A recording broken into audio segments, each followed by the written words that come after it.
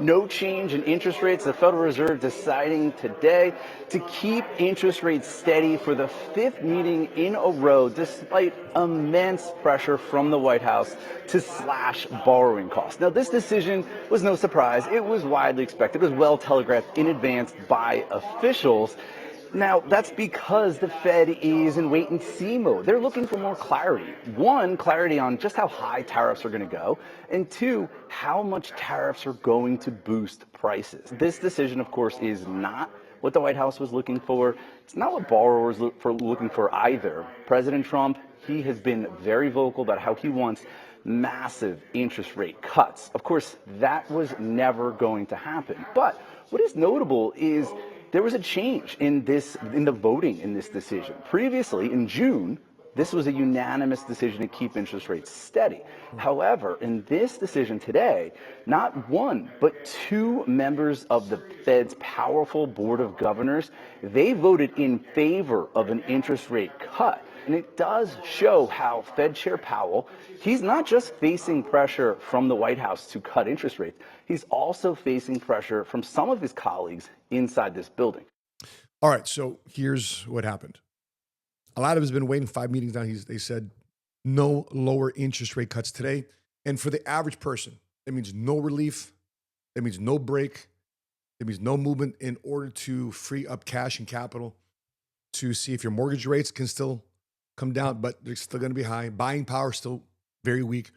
And a lot of families out there, you're still very much squeezed because of high interest rates, obviously inflation. So we're all watching Washington, D.C. style right now. So the average American out there is fighting for a basic shot at home ownership. And you got to understand this too as well. It is a time in America today where it's actually cheaper to rent than to own. And if people out there are still renting month after month, in this case, year after year, then whenever are you going to build equity? And for some of you that want to borrow to purchase a car, you expand your business, you want to go to school, and your student loan rate, interest rate is up high, and that's not going to help you at all. And so when you're looking at your financial situation, when interest rates are higher compared to where they were years ago, where they're very, very low, the same cost to borrow $300,000, $400,000, $500,000 house is now drastically still much more expensive. I do workshops twice a week at our office here in Carrollton and across the country. We were just in San Luis Obispo the week before. And I can't tell you how many people are out there right now. Oh, I can tell you how many people out there right now are just absolutely frustrated with what's going on. In San Luis Obispo, I asked, what's the average house out here for a 3-bedroom, 2-bath house, single-family home? $700,000 to $800,000. And the average person cannot buy a $700,000 to $800,000 house around 6-7% interest rate. So it's either interest rates start coming down or the real estate prices start coming down. And when the real estate prices of these homes start coming down, that means equities in the house that's potentially going to be lost if they have to lower down the sales price.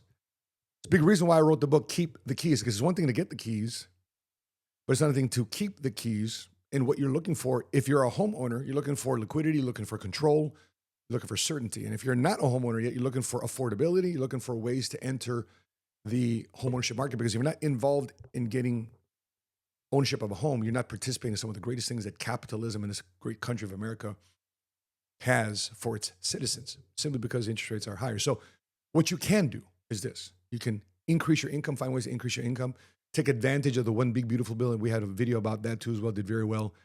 But find ways to increase your income. There's incentives right now for you to start your own side business, side hustle, because what the One Big Beautiful Bill wants to incentivize is job creators, entrepreneurs. And if you're out there, you're willing to take the risk, put your neck on the line and invest your cash and capital to build a business, to create jobs for other people and create a product and service for folks that make their lives more simpler, then the situation here is it's an opportune time for you. But you have to have cash though, or majority of the way you finance your business is cash, because borrowing on a credit card or getting a SBA loan or a business loan or equity line of credit on your house, if you have one, it's up here in terms of higher interest rates. So what you can do, go out there, increase your cash by selling something, raising capital that way, because you're definitely not going to be borrowing it from the banks to fund and finance your operations. So let's take a look here what has some good news. I hear there's some good news for our veterans. Take a look at this. An estimated 61,000 American veterans are in danger of losing their homes, as you know. But thanks to this bill, the Department of Veterans Affairs will be empowered to pay loan holders the necessary amount to prevent foreclosures on our veterans, so our veterans won't be foreclosed and put out onto the streets. It's very important. Yes. This bill also creates a 5-year partial claim program that could benefit up to 3.7 million veterans. That's the kind of numbers you're talking about. It's big stuff. The costs of the program are fully offset and will add nothing at all to debt. Okay. This common sense legislation had overwhelming support and passed unanimously in the House and the Senate. Wow. When was the last time that happened? That's pretty impressive. My administration is committed to doing everything possible to ensure that our veterans are treated with respect and treated as well as anybody in this country. They're so important. They're so great. They've suffered so much, in many cases. An estimated 61,000 American veterans are in danger of losing. Yeah. By the way, that's a lot of veterans in danger of losing their homes. This most likely from the spillover from COVID and pandemic, where we're either told you're essential worker or now essential. But President Trump just signed the VA Home Loan Reform Act into law. And this isn't just policy, massive game changer. So, for example, when you're looking at what this program has done, the VA partial claim program is back. So if you missed payments on your VA loan, the VA can now advance up to 25% of your unpaid balance, or 30% if it happened during COVID, during that COVID window. And that amount usually is put at the back end of the loan at a 0% lien, 0% interest lien with no payments due for 5 years. So, for example, a guy by the name of Mike Reyes, retired Marine, missed 6 payments, over $12,000 in cash bound is a case study here. Under the old rules, he was on the edge of foreclosure. Why? Because he's behind 12 grand. But thanks to this law, the VA paid off all the arrears. Mike kept his rate, his payment, and his home. Doesn't have to refinance, doesn't have to reset, just results. Thank goodness. Part of this too as well is the home loan program for the VA is that the agent commission is fixed. So they fixed the buyer agent and commission rule. And what is that? So veterans can now pay their agent out of pocket. So what does this matter? Because today's market says we're not covering commissions because of the National Association of Realtors lawsuits. For example, here's a case study. Sergeant Alicia Hernandez, first-time home buyer. She's in a bidding war to get a house. Now, the seller is not going to pay her agent. Well, now she can. So her agent negotiates at $15,000 off the price, and negotiation kickback, and Alicia just pays the $6,500 in commissions. So she wins the home, fully represented with a real estate agent working on her behalf. Bottom line, no guesswork, no solo offers, just smart, protected buying thanks to this legislation. And also part of this VA Home Loan Program Reform Act is that there's this new $354 million now is headed to transitional housing for our homeless veterans. Another case study here. James, a former Navy machinist. He was living in his car in Chicago. Now, thanks to fully funding this grant and per diem, he's off the street. He's in counseling.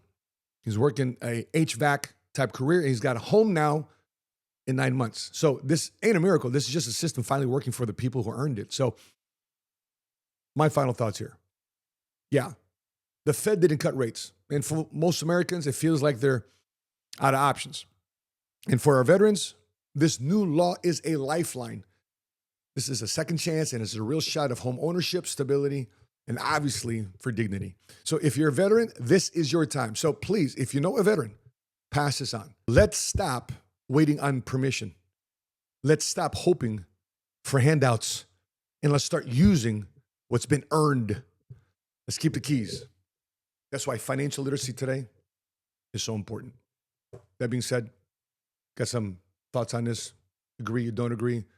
What are your thoughts? Put it in the comment section below. Love to hear your feedback. If you haven't done so yet, make sure you subscribe. And to the next reaction video here on the 7 Fear Squad YouTube channel. Till we meet again, continue to live smart, continue to love smart, and be money smart today.